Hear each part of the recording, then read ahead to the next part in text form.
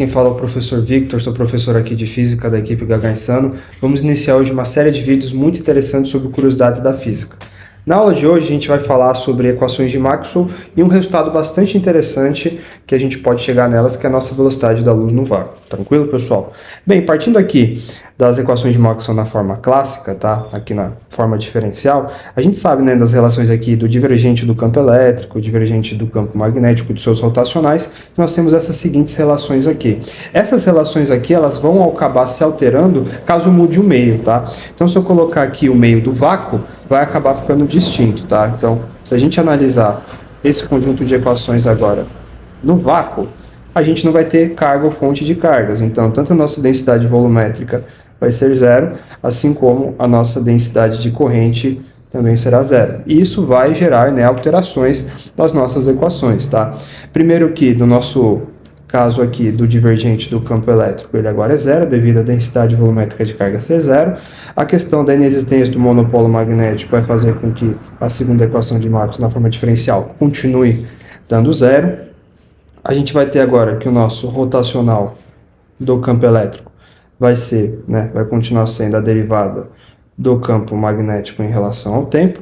E a gente vai ter agora, né, que o nosso rotacional do campo magnético vai ser aquele termo ali relacionado à densidade de corrente vai ser nulo, né, que agora a gente está no vácuo, e a gente vai simplesmente ficar com o termo do produto da permeabilidade vezes a permissividade no vácuo, vezes, né, a derivada do nosso querido campo elétrico em relação ao tempo. Então tá aqui, pessoal, a gente vê que no vácuo, né, devido a essa ausência de fontes de carga, a gente vai ter essa alteração no nosso conjunto de equações de Maxwell. Tudo bem, pessoal? O que acontece agora? Para a gente chegar no resultado que a gente almeja, a gente vai ter que fazer algumas operações aqui com elementos vetoriais, tá? Com operadores vetoriais, a fim de se obter novas expressões. Então, o que a gente vai fazer agora, pessoal? A gente vai pegar e vai aplicar o operador rotacional, tanto na equação do rotacional do campo elétrico, tanto na equação do rotacional do campo magnético, nessa forma já alterada do vácuo das equações de Maxwell, ok? Então, a gente vai pegar aqui e vai fazer o seguinte, vamos aplicar o rotacional na equação do rotacional do campo elétrico, e isso daqui, né, pela igualdade, é o rotacional de menos a derivada do campo magnético em relação ao tempo. Tranquilo, pessoal? Se a gente desenvolver aqui as propriedades, a gente sabe que o rotacional do rotacional, a gente pode falar que é o gradiente, né, do divergente do campo elétrico, que vai ser simplificado por essa questão da análise do meio do vácuo, menos, né, o nosso laplaciano do campo elétrico. Isso daqui é igual ao rotacional daquela relação de derivada. A gente pode utilizar a propriedade aqui, colocar a nossa derivada menos del t para fora e jogar o nosso rotacional para dentro.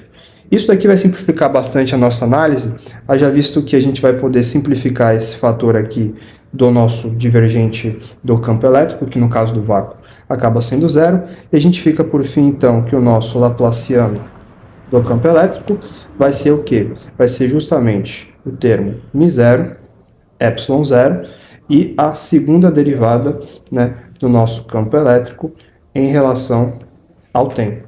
Vale lembrar, né, que nesse caso aqui, quando a gente olha o rotacional do campo magnético, a gente substitui por aquele fator aqui dessa equação de Maxwell, μ0, ε0, derivada do campo elétrico em relação ao tempo. Isso pode ser feito totalmente de forma análoga à quarta equação do rotacional do campo magnético. Então, se a gente também vir aqui e aplicar o rotacional à equação do rotacional do campo magnético, a gente vai ficar, então, que o rotacional do campo magnético é o rotacional do fator μ0, ε0, derivada, né, do campo elétrico em relação ao tempo.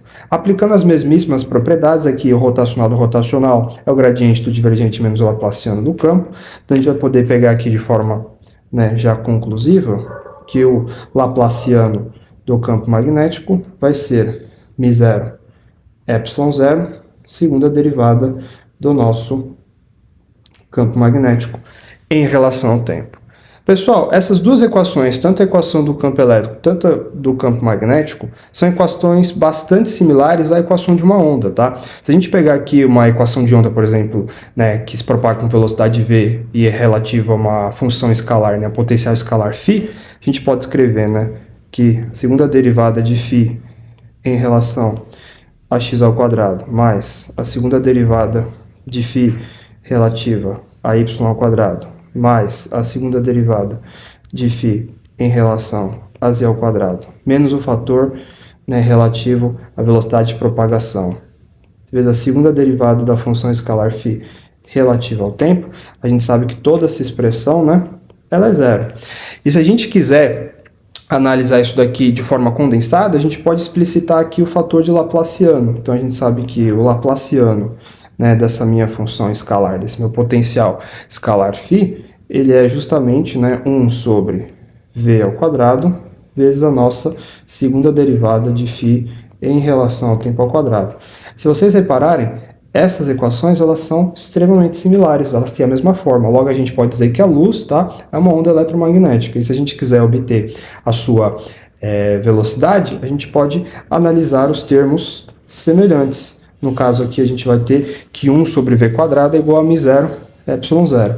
Então a gente sabe que 1 sobre v quadrado é igual a μ0 ε0. E daqui a gente tira, então, que a nossa velocidade v, que eu já chamar de c, que é a velocidade de propagação da luz, né, da onda eletromagnética luz no vácuo, vai ser o inverso, né, da raiz quadrada de μ0 ε0. Levando em conta os valores aqui no vácuo, a gente vai chegar na velocidade de 299, 792, 458 metros por segundo, que é o que a gente, né, aproxima, né, para 3 vezes 10 a oitava metro por segundo. Então, pessoal, está aqui mostrado, né, demonstrado como a gente pode obter a velocidade de propagação da luz no vácuo a partir das equações de Maxwell modificada por meio do vácuo. Beleza, pessoal? Tamo junto, forte abraço!